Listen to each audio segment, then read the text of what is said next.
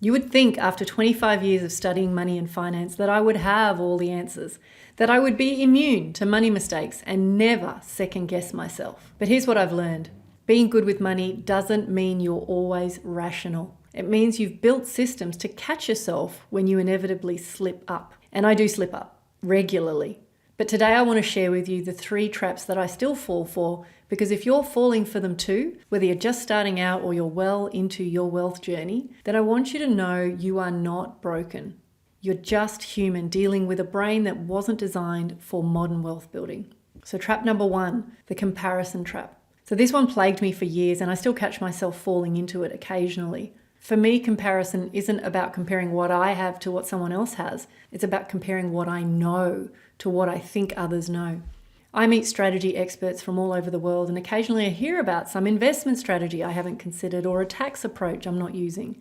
And I wonder, maybe I'm missing something crucial. Maybe there's a piece of the puzzle I don't have. Maybe I'm not as smart about this as I thought. I have definitely suffered from worrying about not knowing enough. But then I remember my results and I realize I'm okay with being a generalist, knowing about a lot of topics. It's what's helped me get outsized returns on a modest income.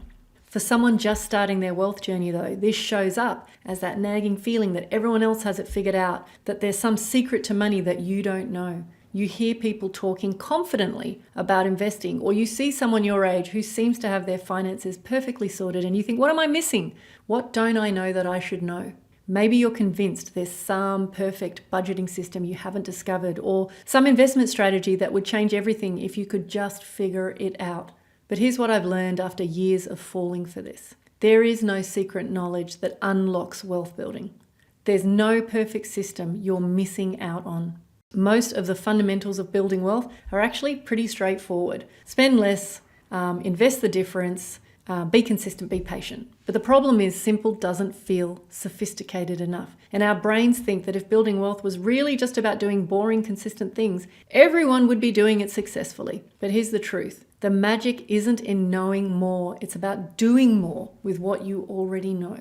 And I have seen people with PhDs in finance make terrible money decisions, and people who barely passed high school build substantial wealth by just consistently applying the basics. Learn to catch the mind when you find yourself comparing. I know that doing this has saved me so much angst.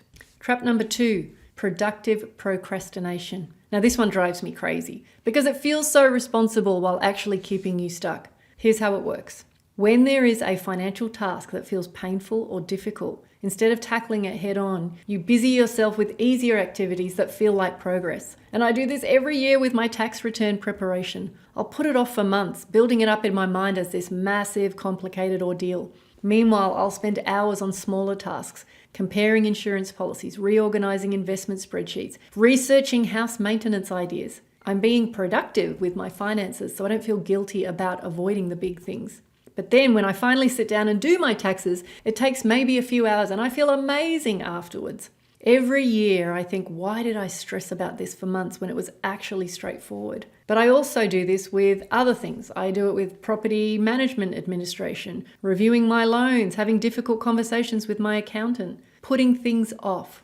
Now, if you're just starting out, this might look like spending hours researching which savings account gives you a few extra dollars in interest, instead of setting up that automatic transfer that would actually get you saving consistently. Or maybe you obsess about whether you can afford your daily coffee and you put off the scarier conversation about asking for a pay rise. Or maybe you spend ages comparing phone plans while avoiding looking at your credit card debt because dealing with debt feels overwhelming and shameful. This trap exists because our brains are brilliant at making us feel productive while avoiding the things that actually matter.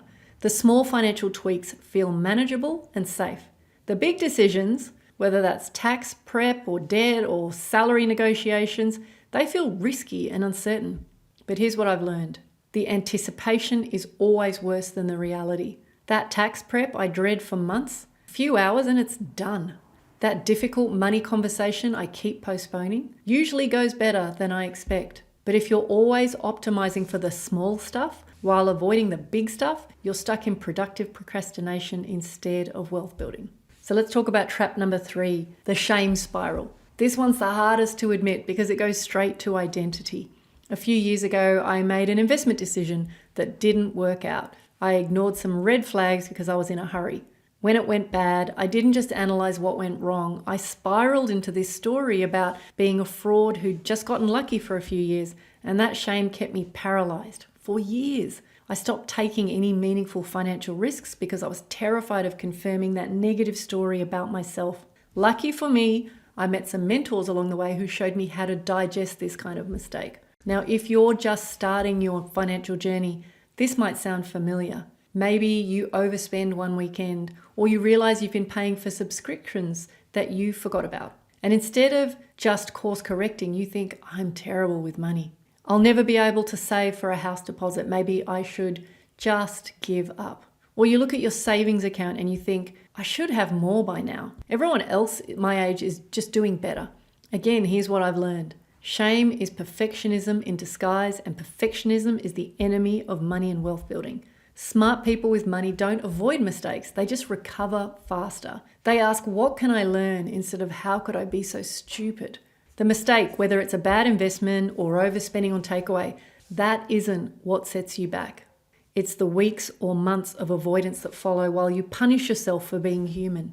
Now when I mess up, I give myself 24 hours to feel whatever I need to feel, and then I analyze what happened without making it mean something about my worth as a person. So here's what's really interesting about the 3 traps. They're all different ways of avoiding the real work of building wealth. Comparison lets us focus on what everyone else is doing instead of our own plan. Micro-optimization gives us busy work instead of big decisions. And shame keeps us stuck instead of moving forward. So whether you're saving for your first house deposit or managing multiple properties, the traps work the same way. They're perfectly normal responses to the uncertainty and responsibility that comes with managing money. So whether you've compared your savings account to somebody else's house purchase, or you've spent hours on tiny financial tweaks while avoiding bigger opportunities, or you've beaten yourself up after a money mistake, you are in good company. The difference between people who build wealth and people who stay stuck isn't that they're immune to those traps. It's that they have systems to recognize them quickly and get back on track. So if you want more honest insights about what wealth building actually looks like, I'm inviting you to come and see the messy human parts and the real stories that I share in my practical newsletter. No perfect success stories, but just practical wisdom from someone who is still figuring it out alongside you. The link is in the description. Let's keep building our wealth and our money muscle together without shame.